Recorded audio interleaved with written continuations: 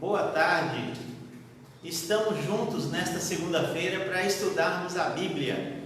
E como estamos no assunto as parábolas de Jesus Cristo, hoje nós vamos continuar dentro desse tema.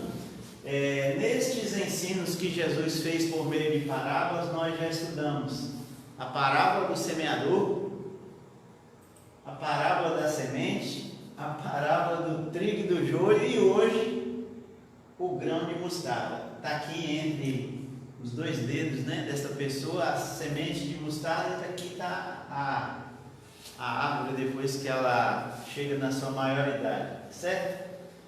Então vamos entender um pouco deste tema de hoje. Já entendemos que parábolas são ilustrações ou histórias tiradas da vida real, ou não, ou que Jesus elaborou com o propósito de passar um conceito espiritual aos seus discípulos e ouvintes, para que eles aprendessem sobre a vontade de Deus, o reino dos céus e a vida que Deus se agrada. O que é esse grão de mostarda? O grão de mostarda é um grão de mostarda, mas no ensino de Jesus, o que ele quer transmitir com este ensino? Esse é o detalhe das parábolas de Jesus. Sempre elas trazem um ponto espiritual, daquilo que Deus quer que a gente compreenda e faça.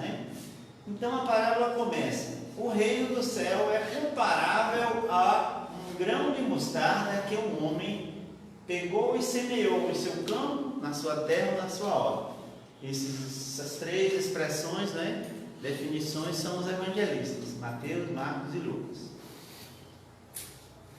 O grão de mostarda é o menor de todas as sementes. Claro que no contexto aqui em que foi escrito, é o que o evangelista Marcos diz acerca dessa semente. Para maior ou melhor a gente compreender, dizem que é do tamanho daquela cabecinha de um alfinete, aqueles que a gente usa aqui na nossa cultura como para auxiliar com as costuras, bem pequeno mesmo. É do tamanho da cabeça de um alfinete, para que a gente ilustre o sentido literal do grão de mostarda. Porém, após plantada essa semente, ela vira um arbusto grande, cresce entre 3 a 4 metros de altura, e a sua árvore ela se torna bastante, como se diz, gera a sombra, para que os homens, além dos pássaros, que são os rebanhos de pássaros que vão vir sentar nesse pé de mostarda, ela gera também sombra a alguns homens.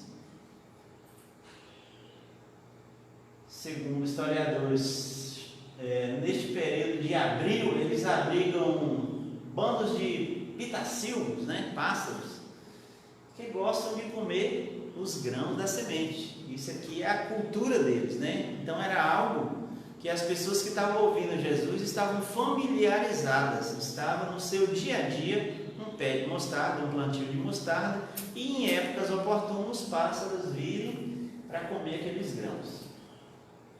Daí, isso ilustra o quê? Que o reino de Deus tem pequenos princípios que são valorosíssimos, que este grão de mostarda está ilustrando. Mas são pequenos, princípios, mas poderosos o suficiente para comportar muita gente. E aí começa a entrar no sentido espiritual. O que é o reino de Deus? É a maneira de Deus arrebanhar o seu povo salvo,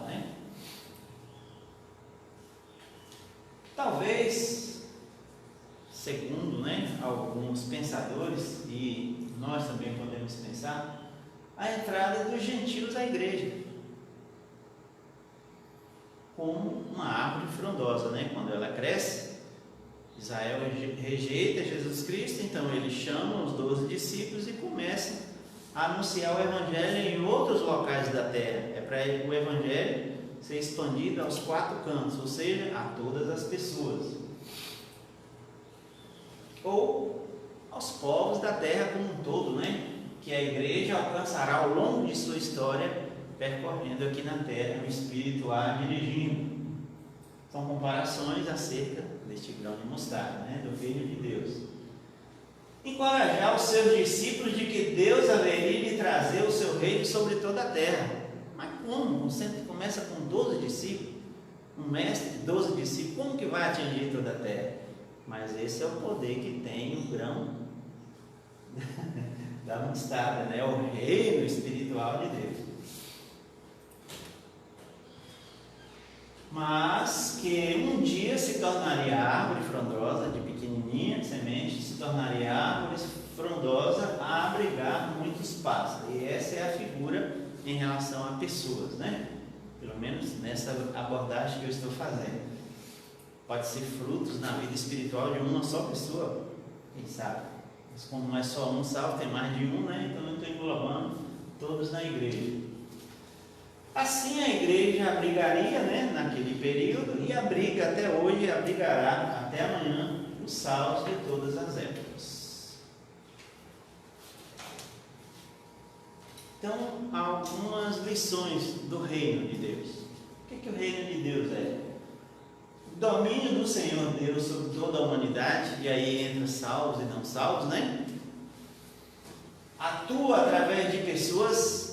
Esse grãozinho de mostarda, esse reino pequeno, né, que começa na sementinha, ele é desenvolvido por Deus através de pessoas como eu e você, que somos os semeadores de Cristo, né?